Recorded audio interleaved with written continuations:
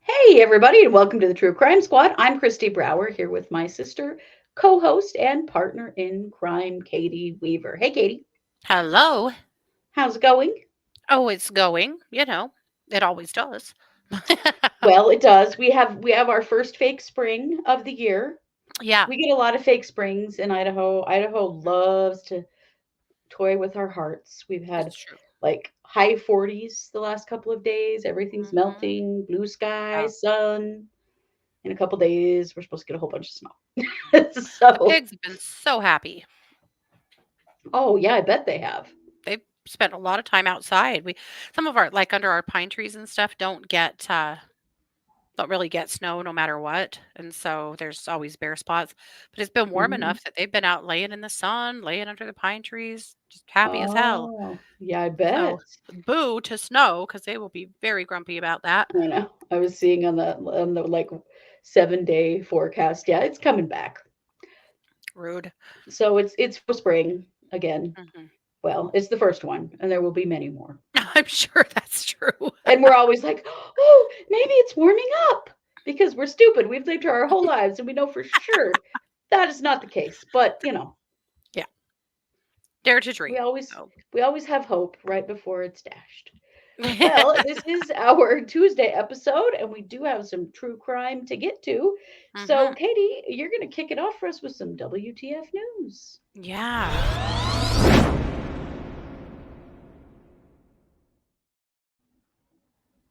This is a wild story that I had never heard before. Maybe some of you other true crimers have, but this is the story of Muriel McKay. Hmm, So, Muriel McKay was kidnapped in 1969 out of London. She okay. was mistaken to be Rupert Murdoch's wife, then wife. She was actually the wife of Rupert Murdoch's deputy. Uh, but she Okay. was Oh, so like they thought that they were, okay, I Mhm. understand. Yeah, the The kidnappers kidnappers thought thought she that. was yeah. They took her to a farmhouse and held her, and they were asking for $1 million. And eventually they realized that she was not who they thought she was, but she Hmm. never came home. And Ooh, eventually they found the men that killed her, their brothers, and their names were Arthur Hossein and Nizamuddin, and they were both jailed for life in her kidnap and murder. Well, eventually, Arthur died, and Nizamuddin was finally released after serving his term, and he was sent back to Trinidad, where they're from. There have been many attempts to find Muriel McKay's body, many. And oh, unfortunately, okay. Arthur and Nismuddin have told a lot of different stories over the years about what Hmm. happened to her. And the going story that they've kind of stayed with is that they didn't kill her. She actually died of natural causes while she was in their care because of her great distress over being kidnapped. And she was watching on TV her daughter sobbing on the news, begging kidnappers to bring her mother back when she collapsed and died. Yeah, Oh, I'm sure. I'm sure, sure. They Jan. they didn't hurt her. No. Whatever. What? Ugh. How could they have? Why would they have hurt her? I mean, isn't that what they were there to do? Right. My God. But the family has never really had full closure Yeah. because have never been able to bury her. And it wasn't that long ago that the police opened up another search for her body at that farmhouse and still came up with nothing. Wow. So last weekend, some family of Muriel actually traveled to his home, to Nismuddin's home, and visited him and had a face to face meeting with him. Whoa. So it's Muriel's daughter, who's now 83 years old, and her Oh my grandson, who's gosh. 59. Yeah, he was only 6 when this happened. Oh my God. And they traveled clear to the Caribbean to meet him and sit with him. And he told them, maybe, he says that he knows exactly where she's buried and told her exactly where on the property they should be able to find Muriel's body. But the guy who owns the property said he's absolutely not allowing any more searches on his property without the express permission and request from the police. And the police thus far are saying this isn't enough to go on. They've heard lots of stories from this guy, so they're just not that interested in hearing another one. Oh my gosh. Yeah. He says, Nismuddin says that it is, she's buried 2 feet from the hedge. That's where the body is. But I mean, if he's lied about it so many times before, but what's the harm in checking, really? Right. Right. So If it he would says give this old that, woman some peace, come on. right. So he says that they just panicked when she died in their custody and they didn't know what else to do, so they buried her. Which, again, bullshit. I Yeah, I don't. refuse to believe that. But that's way too easy. But at any rate, so now they are hoping to get an attorney to help compel the authorities to issue a search warrant and at least search the spot. He showed her on photographs exactly where the body is. It's 2 feet from a hedge behind a barn. So I'm hoping for the Um, family they at least allow them to search that spot for at least for their closure. But very interesting story. I had never heard that story before. I hadn't either. Wow, that's really sad. But this poor woman in her 80s would still really like some closure about what actually happened to her mother. Right? I that I can totally get. And if he lied about it, he needs to go back to prison. What a dick. Right. Right. I'm really I hoping just he kind of didn't, but think I don't think you should be able to get out of prison if you've never given up the actual location of the body and the body's been found. That's my personal feeling on that is that why should you mhm, be released I think that's a good in a thought. situation like that? Like why Mhm. that should be a condition of release is that Mhm. like by the time you're out of here, you better have told us where we're going to find this person. Yeah, for sure. So, we'll keep an eye on it, but I'm hoping that the police are compelled to do so and get a search warrant out there and that they help her find her mom. Yeah, me too. Wow. That's sad. Yeah, isn't that wild? And also that Yes. they thought they were kidnapping Rupert Murdoch's wife. And didn't. And then, Yeah, so sad. and then Idiots. didn't know what to do. Sounds like they kept her That's, for a hot minute before she died or was killed or whatever. But that is, uh, that is an epic dumb criminals that still truly, ended in tragedy. truly, yeah. All righty. Well, I'm going to kick the mic back over to you for our main case. All right. Yes.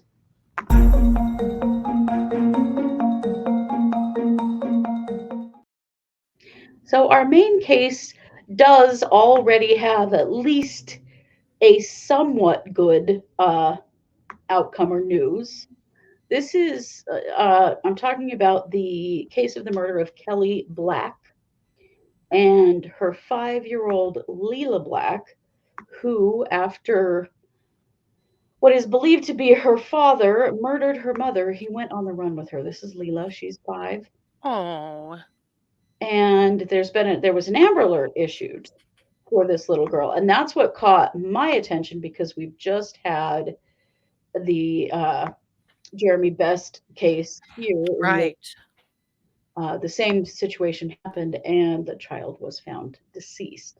right. So this is Byron Black. So let me tell you kind of the story of what's gone on here. So Lela Black's mother, Kelly, she was found shot at a home in Princeton, Kentucky over the weekend. Oh, Was a there was a welfare check, called into the police to check on this family. Okay. We don't know yet, like who called that in. That I can Mhm. that no one's saying yet who called that in.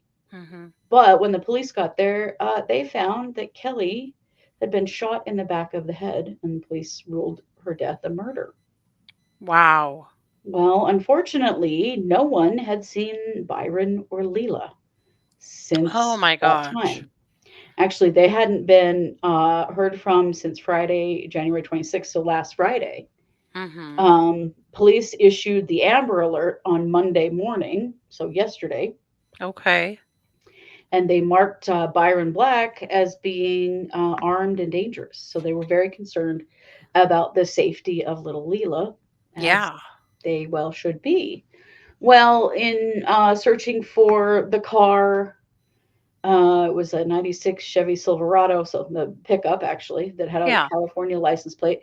They did eventually find him and Lela was safe.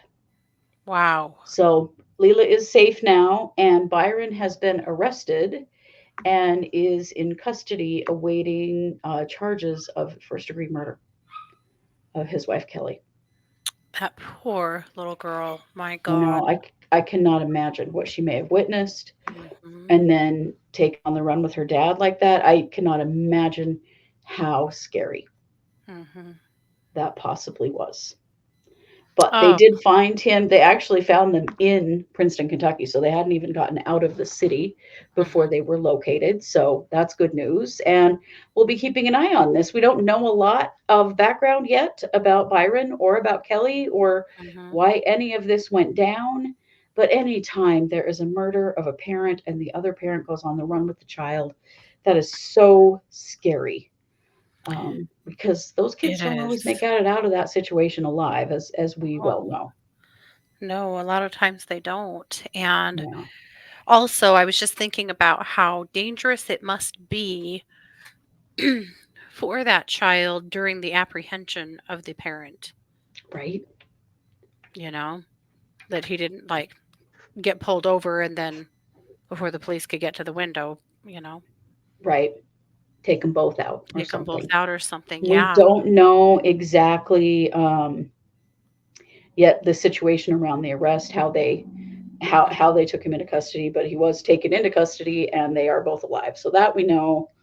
But there's lots more to come on this. But we're going to follow this. So this is the murder of Kelly Black Mhm. from Princeton, Kentucky, Okay. and we'll keep an eye on it, and I'll let you know when we hear more. Yeah, And with that, Katie, I think you have a crime news update for us. I do.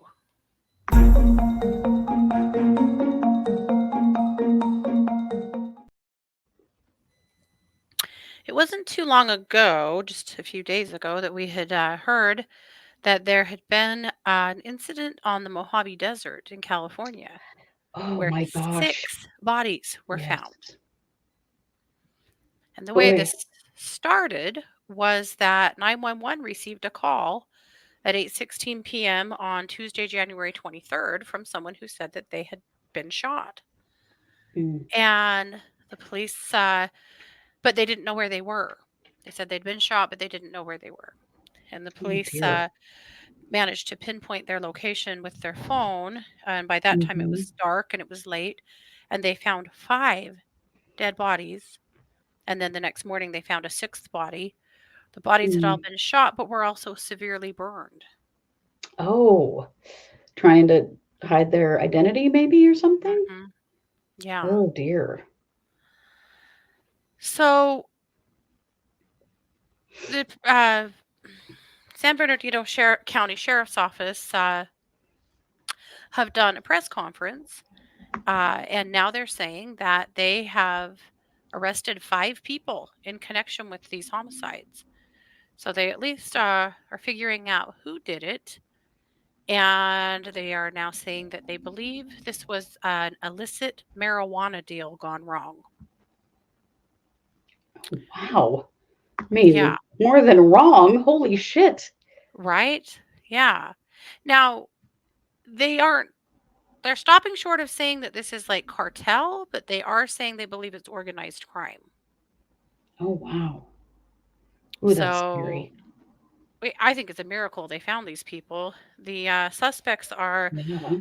Toniel Baez Duarte, Mateo Baez Duarte, Jose Nicolas Hernandez Sarabia, Jose Gregorio Hernandez Sarabia, and Jose Manuel Burgos Para. Okay.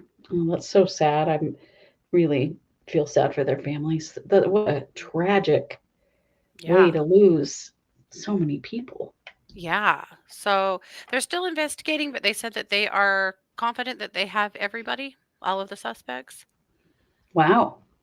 So they've only identified four of the victims. Two of them one of them they have not identified. One of them is still being, they haven't found next of kin, so they're waiting.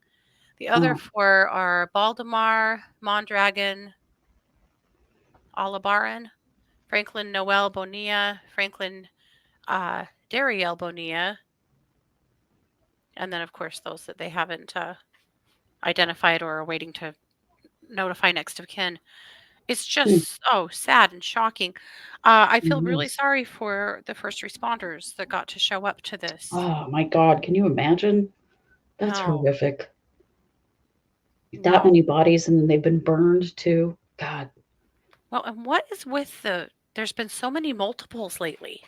Yes, there have been. There was the case last week with the kid who shot his whole family, between two houses, killed Yeah. everybody.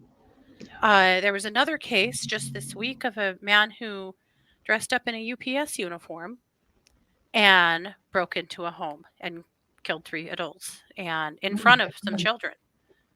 The kids actually lived, but uh, these mass killings recently are just there's been a lot Well, and of then the them. three men in Kansas City. Yeah, and the three men in Kansas City. Yeah, that is Wow. still unraveling. Yeah, There's some weird energy in the air right now, man. yeah, there is. We found out we have another loss in our family. Yes, A, yes. a cousin who was found deceased in their vehicle. I, A couple of days and ago. Yeah, yeah, and we'd already talked about Katie's brother-in-law. Like, what in the hell, you guys? yeah. This is a rough time of year. January is a hard month. I've had this conversation with several people in the last few days. Hmm. January is a hard month, and sometimes it comes out in weird ways. Yeah. Yes, but it just seems like in January, people's mental health is more fragile than any other month of the year.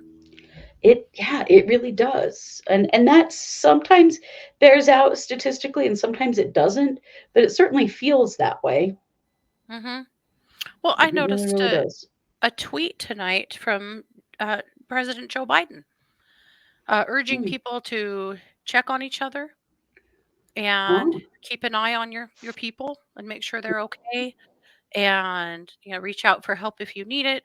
It was a real mental health awareness type post, and I thought interesting. interesting because boy, we're sure seeing a lot of struggling people right now. So I We mean really are. that's a continued message to all of you as well to A, check on your people, Yeah. and B, if you need help, get help, reach out, call the Yes. doctor, talk to a friend, reach out to somebody if you're having a Yeah. hard time because we are in a rough time and people are really feeling it. Yeah, it is true. It is very true. And yeah, definitely if you need help, reach out and get it. There's nothing wrong with getting help. No, no. And there's nothing to be ashamed of if you need help. Everybody goes through rough periods. Oh, sure, That's sure. part of the human condition. Hmm. Yep, absolutely. Um, And there is help. And mhm. more often than not, you're a lot more loved than you know. And sometimes you just need a little extra help to get over the hump. Yeah, Yep, it's true. It's absolutely true. yeah. Well, that's what I've got. All right. Well, that's it for us tonight then. Our last episode we put out was a long one, a lot of info, so we thought we'd go maybe a little shorter this time because man, there's been a lot going on in court, and I'm sure we'll have more Yeah. updates about that tomorrow night on Oh, case updates well, because the continued shenanigans of Shannon Smith over in the Jennifer Crumbly. Yeah. Jennifer Crumbly. I don't know how Jennifer Crumbly doesn't reach over and give her a pop. My God. Yeah. Holy crap. Yes. That is, I'm Today very in concerned about court, that. she was voice texting and trying to order some tank tops. Tank And her tops! microphone was on. And her microphone was on. Yeah. And it was her client who told her that her microphone was probably on. Yeah. And she was like, "Oh, It's is my just, microphone on? Oh, sorry. Sorry, sorry." That woman has apologized more in the first 4 days of this trial than I have heard from most people ever. It yeah, is has needed wild. to.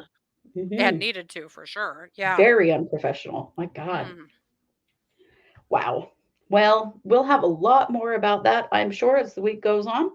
Mhm. We will be dropping here very shortly a couple of new Patreons. So if you are not a patron, you can do that by going to patreon.com. Just search for True Crime Squad. You'll find us. And we do put out 2 extra episodes a month that are just for our patrons. Mhm. And there's like 3 years worth of those out there Yeah. now that you could really, if you're running out of True Crime Squad content, there's a lot more over on Patreon. A lot more. And it's a nominal fee and it helps support us and keep us doing what we're doing. So you might want to check Mhm. that out. I know I have a pretty funny episode. You know how I love dumb criminal stories. I've Mhm. got a couple of dingers for Patreon this month. So you are going to want to check that out. I'm just saying. I like it. Well, mine Yeah. are all Valentine's Day murders, or crimes, Oh, so interesting. happy Yeah. Valentine's Day. Happy Valentine. Yikes. Okay. Well, and with that, you know it. We are the True Crime Squad. Thanks for being here. Take care.